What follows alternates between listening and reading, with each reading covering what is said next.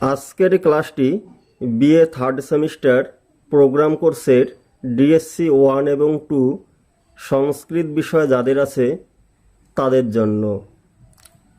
এর আগের ক্লাসে আমি গদ্যকাব্যের সংজ্ঞা ও প্রকারভেদ এবং সংস্কৃত গদ্যকাব্যে দণ্ডির অবদান সম্পর্কে আলোচনা করেছিলাম।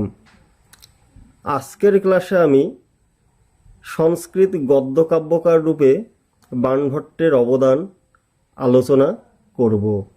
সুতরাং আলোচনায় আসি। সংস্কৃত গদ্য সাহিত্যে একচ্ছত্র সম্রাট ছিলেন বাণভট্ট।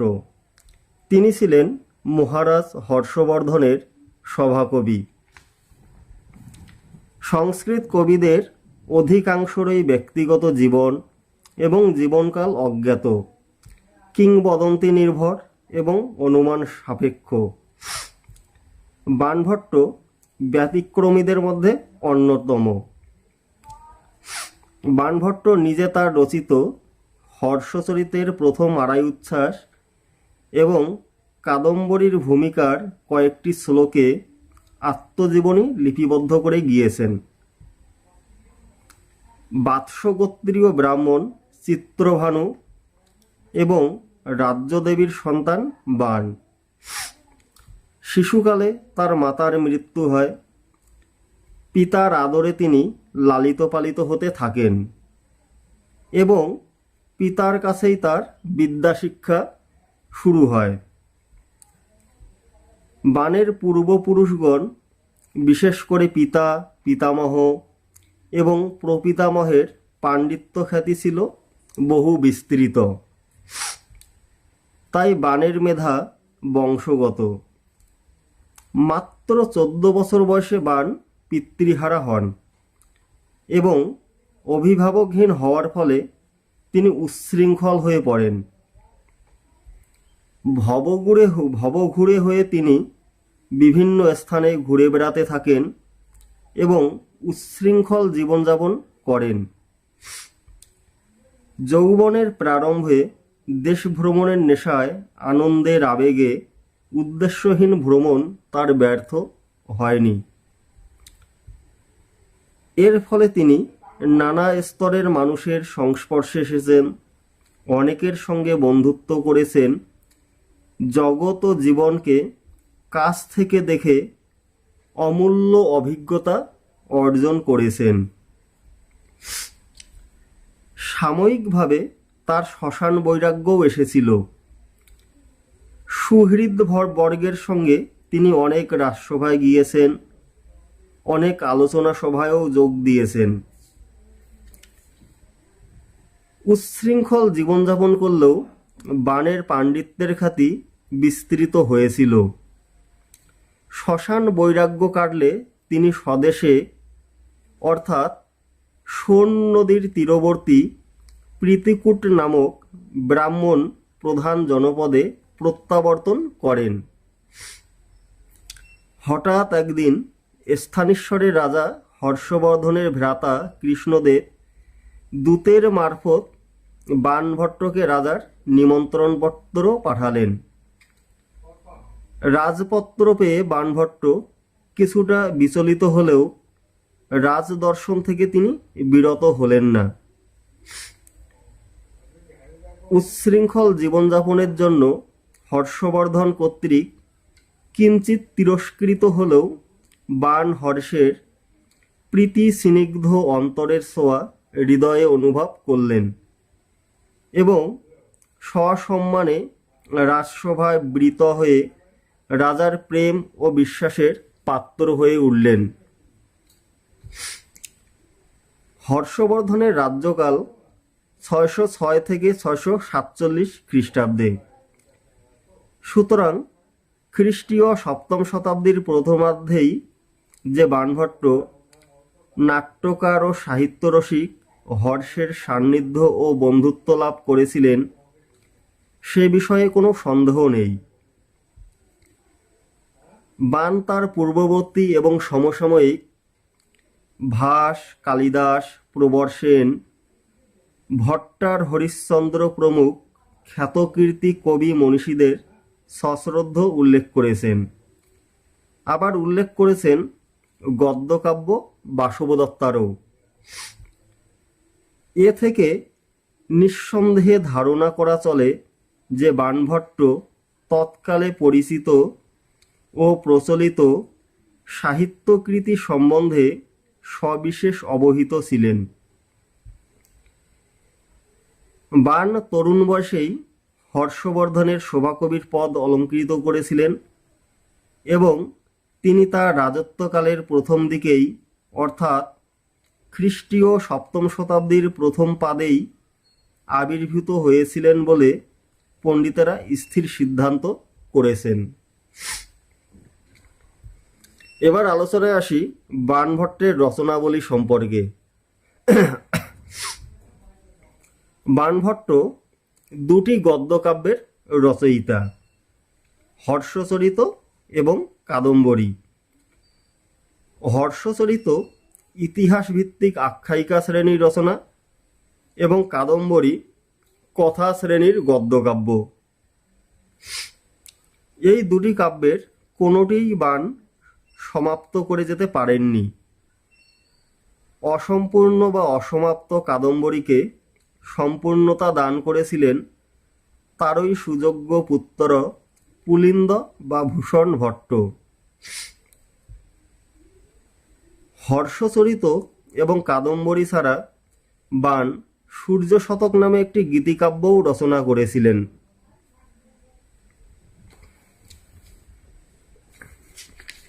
এখন আমি আলোচনা করব হর্ষচরিত গদ্যকাব্যটি সম্পর্কে। বাণীর বরপুত্র মহাকবি বাণভট্ট হর্ষচরিত গ্রন্থ রচনার প্রথম আড়াই উচ্ছ্বাসে আত্মচরিত বর্ণনা করেছেন। এরপর হর্ষবর্ধনের কথা ব্যক্ত করেছেন। হর্ষচরিত এর মোট উচ্ছ্বাস 8টি। স্থানেশ্বরের রাজা পুষ্পভূতি, তার বংশে মহাপ্রতাপশালী রাজা প্রভাকর বর্ধন। প্রভাকর বর্ধনের 2 পুত্র, রাজ্যবর্ধন ও হর্ষবর্ধন, এবং এক কন্যা রাজ্যশ্রী। মৌখরীরাজ গ্রহবর্মার সঙ্গে রাজ্যশ্রীর বিবাহ হয়। প্রভাকর বর্ধনের মৃত্যুর পর মালবরাজ দ্বারা গ্রহবর্মা নিহত হন এবং রাজ্যশ্রী কারারুদ্ধ হন। রাজ্যবর্ধন মালবরাজের বিরুদ্ধে যুদ্ধযাত্রা করেন, কিন্তু গৌড়রাজের বিশ্বাসঘাতকতায় নিজেই নিহত হন। প্রতিশোধ নেওয়ার জন্য হর্ষবর্ধন যুদ্ধযাত্রা করলেন, কিন্তু পথে জানতে পারেন যে বোন রাজ্যশ্রী শত্রুর কারাগার থেকে পালিয়ে বিন্ধ্যারণ্যে চলে গেছেন। হর্ষবর্ধন দেরি না করে বিন্ধ্যারণ্যের দিকে যাত্রা করেন। সেখানে বোনকে আগুনে ঝাঁপ দিয়ে প্রাণ বিসর্জন করতে যাওয়ার সময় ধরে ফেলেন। ভাই বোনে মিলন হয়। কাব্যটি এখানেই শেষ করেন বাণভট্ট।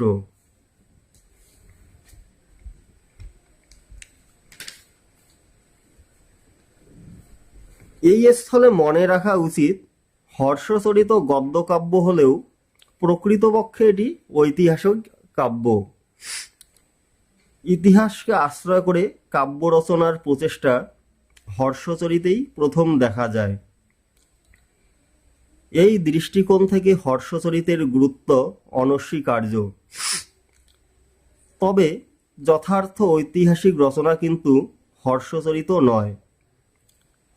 স্থানেশ্বর রাজবংশের যথার্থ ইতিহাস রচনার তেমন কোনো আগ্রহ বাণভট্টের ছিল না, যতখানি আগ্রহ ছিল তার কাব্য রচনার। তাছাড়া ইতিহাস রচনার বিশেষ ধারা সে যুগে গড়ে ওঠেনি, এবং যে নিরপেক্ষ দৃষ্টিভঙ্গি ইতিহাস রচনার প্রথম এবং প্রধান প্রয়োজন, তাও বাণভট্টের ছিল কিনা সন্দেহ। তাই বাণভট্ট কাব্যই রচনা করেছেন, ইতিহাস নয়। ঐতিহাসিক পটভূমিতে কাব্যের মর্যাদাই প্রতিষ্ঠিত হয়েছে হর্ষচরিতে। ইতিহাসের বস্তুনিষ্ঠা এবং তথ্যপঞ্জির অভাব হেতু ইতিহাস এখানে গৌণ, উপলক্ষ, কাব্যই হলো এখানে মুখ্য। কাব্য হিসাবে হর্ষচরিত নিঃসন্দেহে উপাদেয়। কবিদের নিপুণতার পরাকাষ্ঠা যে গদ্য, সেই গদ্যের সার্থক স্রষ্টা বাণ, আর সেই গদ্যের স্বাক্ষর হর্ষচরিতের সর্বত্র। ভাষার বৈভবে এবং বৈচিত্র্যে কাব্যটিকে তিনি অপূর্ব সুষমায় মণ্ডিত করেছেন। শুধু ভাষার বৈচিত্র্য, শব্দের মাধুর্য ও ঝঙ্কার কাব্যটির একমাত্র লক্ষণীয় বৈশিষ্ট্য নয়, বর্ণনার ও ঘটনার বৈচিত্র্যও হর্ষচরিতে লক্ষণীয়। দিবাকর মিত্রের আশ্রমে সর্বধর্মের মহামিলনের পরিবেশ বর্ণনায় কবির বর্ণনা শক্তির যেমন নিদর্শন মেলে, তেমনই মেলে তার শাস্ত্রজ্ঞানের অশেষ পরিচয়। রাজ্যশ্রীর বিবাহোৎসবের দীর্ঘ বর্ণনা কবি করেছেন। সেই বর্ণনায় ফুটে উঠেছে পথে প্রান্তরে সর্বত্র বর্ণাঢ্য সমারোহের কথা, নৃত্য, গীত, বাদ্যের সাড়ম্বর উপস্থিতি। যুদ্ধ বর্ণনায় বা সন্ধ্যা বর্ণনায় তার কলাবিদ্যায় পারদর্শিতা সুপরিস্ফুট। প্রভাকর বর্ধনের মৃত্যু ও আত্মীয় স্বজন এবং প্রজাপুঞ্জের ব্যথাতুর হৃদয়ের যে ছবি তিনি এঁকেছেন, তা কোনো মতেই কল্পনার ফল হতে পারে না। তার বাস্তবধর্মিতা স্বীয় অভিজ্ঞতার ফসলই হয়তো। চরিত্র চিত্রণ বা প্রকৃতির বৈচিত্র্য চিত্রণে কবি বাণভট্ট যথেষ্ট কৃতিত্ব প্রদর্শন করেছেন। বাণের সময়ের দেশ, কাল, সমাজের চিত্র হর্ষচরিতে আছে। এই গ্রন্থের ভাষা বৈচিত্র্যের প্রসঙ্গ খুবই সুন্দর। এখানে সমাসবহুল ও যৌগুণ সম্পন্ন ভাষার সঙ্গে সহজ, সরল, প্রাঞ্জল ভাষার সহাবস্থান। এখন আমি আলোচনা করব বাণভট্টের কাদম্বরী কথামুখম গদ্যকাব্যটি সম্পর্কে। এখন আলোচনা আসি কাদম্বরী সম্পর্কে। কাদম্বরী কথামুখম হলো কথা শ্রেণীর গদ্যকাব্য। কাদম্বরী শব্দের অর্থ সুরা বা মদ্য। সুরাপানে মানুষ যেমন আনন্দে বিভোর হয়ে ওঠে, ঠিক তেমনি কাদম্বরীর পাঠকেরাও আনন্দে আত্মহারা হয়। আহারেও রুচি থাকে না তাদের, তাই বলা হয়ে থাকে কাদম্বরী রসাজ্ঞানাম আহারও অপি ন রোচতে। বাণ কিন্তু কাদম্বরী কথামুখম সমাপ্ত করেননি। সমাপ্তির রেখা টেনেছিলেন বাণের সুযোগ্য পুত্র ভূষণ ভট্ট বা পুলেন্দ। এখন আমি কাদম্বরী কথামুখমের কাহিনীটি সম্পর্কে আলোচনা করব। খাঁচায় বদ্ধ এক শুকো পাখিকে নিয়ে এক চণ্ডাল কন্যা একদিন বিদিশার রাজা শূদ্রকের সভায় এলো। এই শুকো পাখিটি মানুষের ভাষায় কাদম্বরীর কাহিনী বিবৃত করে। এ কাহিনী এক অমর প্রেম কাহিনী, যা 3 জন্ম ধরে সংক্রামিত। শুকো পাখিটি তার আত্মপরিচয় দেয় এইভাবে। বিন্ধ্যাটবীর এক বিটপিতে তার জন্ম। জন্মের পরই মৃত্যু হয় তার মায়ের। পিতা তাকে রক্ষণাবেক্ষণ করতে থাকে। একদিন এক নিষ্ঠুর ব্যাধের হাতে শুকো পাখিটির পিতা নিহত হয়। সে কোনক্রমে রক্ষা পায় এবং জাবালি মুনির পুত্র হারিত তাকে পরিপালন করেন।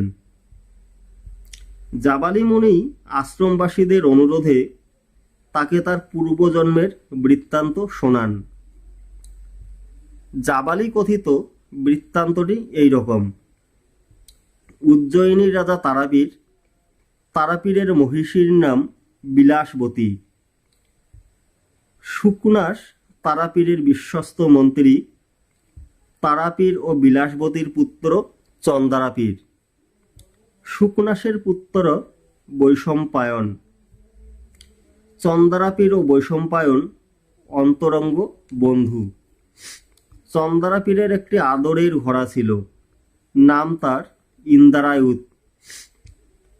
বন্ধু বৈশম্পায়ন এবং মায়ের দেওয়া পরিচারিকা পত্রলেখাকে সঙ্গে নিয়ে একদিন চন্দ্রাপীর দিগ্বিজয়ে বের হলেন ইন্দ্রায়ুধে আরোহণ করে।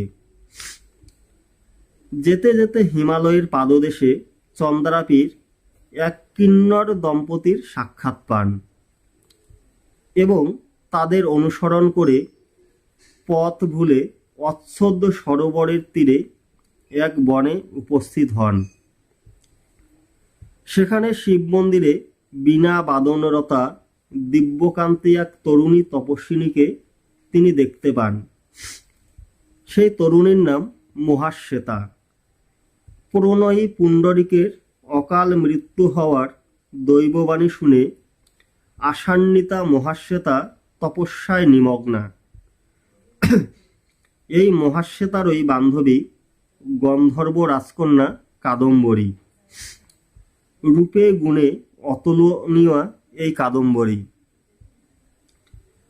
চন্দ্রাপীরের সঙ্গে কাদম্বরীর সাক্ষাৎ হয় এবং দর্শনমাত্র উভয়ে উভয়ের প্রতি প্রেমে আসক্ত হয়ে পড়েন। কিন্তু মিলনের পূর্বেই পিতা তারাপীরের আদেশে চন্দ্রাপীরকে গৃহে প্রত্যাবর্তন করতে হয়। ফিরে এসে পত্রলেখা কাদম্বরীর সম্বন্ধে বলতে থাকে। এ পর্যন্তই বাণের রচনা। সুতরাং বাণের রচনা অসম্পূর্ণ। অসম্পূর্ণ রচনাকে সম্পূর্ণতা দান করেন বাণভট্টের সুযোগ্য পুত্র ভূষণ ভট্ট বা পুলিন্দ। ভূষণ ভট্ট রচিত কাদম্বরী কথার অবশিষ্ট অংশ এই রকম। চন্দ্রাপীর বন্ধু বৈশম্পায়নের অন্বেষণে মহাশ্বেতার কাছে উপস্থিত হয়ে জানতে পারেন বৈশম্পায়ন মহাশ্বেতাকে প্রেম নিবেদন করতে গিয়ে মহাশ্বেতার অভিশাপে শুক পাখি রূপে জন্মগ্রহণ করেন।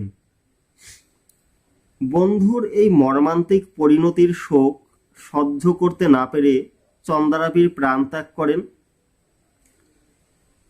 কাদম্বরীও প্রিয়তমের বিয়োগে জীবন ধারণ করতে পারেনি, সেও প্রাণ ত্যাগ করে। এমন সময় দৈববাণী হয় মহাশ্বেতা ও কাদম্বরী উভয়েই আপন আপন প্রিয়তমের সঙ্গে মিলিত হবেন।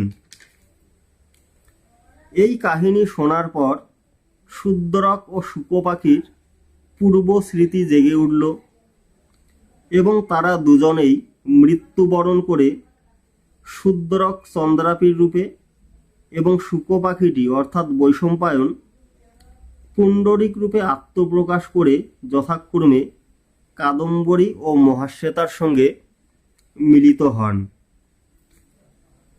কাদম্বরীর আখ্যানভাগ নিঃসন্দেহে খুব জটিল। এখন আমি আলোচনা করব কাদম্বরী কথামুখম গদ্যকাব্যের কাব্য বৈশিষ্ট্য সম্পর্কে।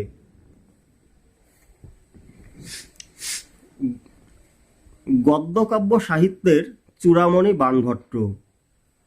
যশ তার গগনভেদী হয়ে দেবলোকে পৌঁছেছে। কাব্যাংশে কাদম্বরী যে শ্রেষ্ঠ তা বলাই বাহুল্য, এর নামকরণও যথার্থ। কাদম্বরীর অর্থ সুরা। সুরাপানে যেমন মানুষ আত্মহারা হয়, কাদম্বরী পাঠেও পাঠক তেমনি আত্মহারা হন। গোবর্ধনাচার্য বাণভট্টকে বলেছেন, বাণী বাণো বভূবেতি, অর্থাৎ বাণী বাকদেবী বাক প্রগল্ভতা দেখাবার জন্য বাণভট্ট হয়ে জন্মগ্রহণ করেছেন। আবার চন্দ্রদেবের মতে শ্লোকে অলঙ্কারে অর্থগৌরবে বাণভট্ট যথার্থই পঞ্চানন। তাই তিনি বলেছেন, বাণস্তু পঞ্চানন। এই বাণভট্টের রচনার প্রশংসা বলে শেষ করা যায় না। তিনি যে বাণীর রূপকার তা তার সৃষ্টিকাব্য বহন করে চলেছে আবহমান কাল ধরে। মনের ভাবনার চিত্রগুলি এত বৈচিত্র্যমণ্ডিত হয়েছে, যার জন্য বলা হয় বাণসৃষ্টং জগৎ সর্বম। কবি যেন জগৎ ও জীবনের সমস্ত ভাব প্রকাশের দ্বারই উন্মুক্ত করে দিয়েছেন। এতে কবির পর্যবেক্ষণ শক্তির প্রকাশ ঘটেছে।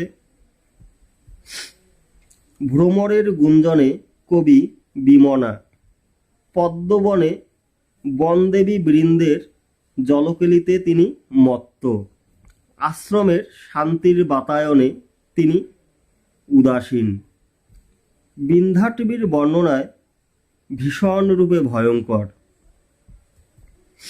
রূপ যৌবন বর্ণনায় বিহ্বল, দুঃখ বিরহ রূপায়ণে তিনি ভাবুক। তাই চরিত্র চিত্রণগুলি এত মনোময়, মনোহারিণী ও সমুজ্জ্বল। গৌড়ীয় রীতিতে গদ্যকে তিনি প্রাণোচ্ছল করেছেন। ওজগুণের প্রকাশে তিনি ছিলেন সিদ্ধহস্ত। লোকে যেমন বলে চাঁদেও কলঙ্ক আছে, সেই রকম ওয়েবার বাণভট্টের সমালোচনা করে তার শ্রেষ্ঠত্বের শিরোপাতে কিছু কালো দাগের কথা উল্লেখ করেছেন। যেমন প্রথমত, ঘটনা বিন্যাসে তিনি চলতে চলতে পথ হারিয়েছেন। নায়ক নায়িকার রূপ বর্ণনায় বা প্রাকৃতিক চিত্র বর্ণনায় যখনই সুযোগ পেয়েছেন, তখনই বর্ণনার বাহুল্যে মূল ঘটনা বিস্মৃতিতে হারিয়ে গিয়েছে। দ্বিতীয়ত, দীর্ঘ সমাসবদ্ধ পদ ও দুরূহ শব্দগুলি পাঠক চিত্তে ভীতির সঞ্চার করে।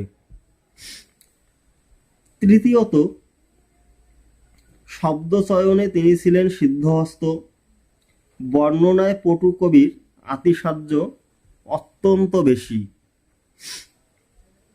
চতুর্থত, ক্রিয়াপদের প্রারম্ভিক প্রয়োগ কর্তায় শেষ হওয়া বাক্য পাঠ করতে করতে পাঠক ক্রিয়াপদকেই ভুলতে বসে। পঞ্চমত, আখ্যান উপাখ্যানে বেঁধেছেন তার পদ্য, কিন্তু হারিয়ে গেছে তার গদ্য, অর্থাৎ আখ্যানের মূল অংশ। ষষ্ঠত, বনের গহনে প্রবেশ করলেই তবেই অরণ্যের ভয়ঙ্কর রূপটি ধরা পড়ে, কিন্তু প্রবেশ করা যেমন দুঃসাধ্য, ঠিক তেমনি বাণভট্টের কাব্যগহনে প্রবেশ করতে পারে না পাঠক। তাই রস আস্বাদন সবাই করতে পারে না। তবে এটুকু বলা যায়, ভালো কিছু পেতে গেলে তা কষ্ট করে পেতে হয়। হিমালয়ের শ্বেতবর্ণ তুষারের শীতলতার স্পর্শ পেতে হলে দুর্গম পথ অতিক্রম করেই তা পেতে হয়। উত্তাল সমুদ্রে না ভাসলে কি সাগর তার রূপ প্রকাশ করে? ঠিক তেমনিভাবে কাব্যের রস মাধুর্য পেতে হলে কঠিনভাবেই পেতে হবে। অধরা সে নয়, তবে ধরতে হয় একটু কঠিনভাবে। বাণভট্ট সত্যি অদ্বিতীয় তার গদ্যকাব্যে। কাদম্বরী বাণভট্টের অদ্বিতীয় সৃষ্টি, তার সার্বভৌম গৌরব চিরদিন অম্লান রবে সাহিত্য রবিকিরণে। আজকের আলোচনা এই পর্যন্তই।